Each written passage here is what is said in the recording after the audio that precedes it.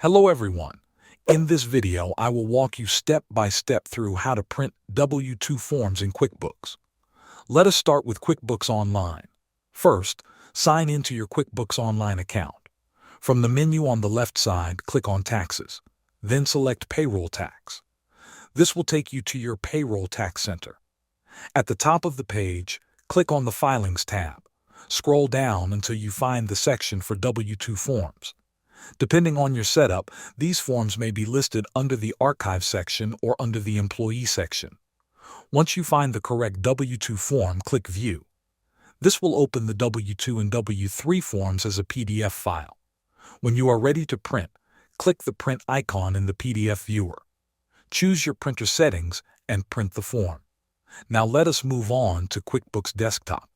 Open your QuickBooks Desktop company file. From the top menu, click on Employees. Then select Payroll Tax Forms in W-2s. Next, choose Process Payroll Forms.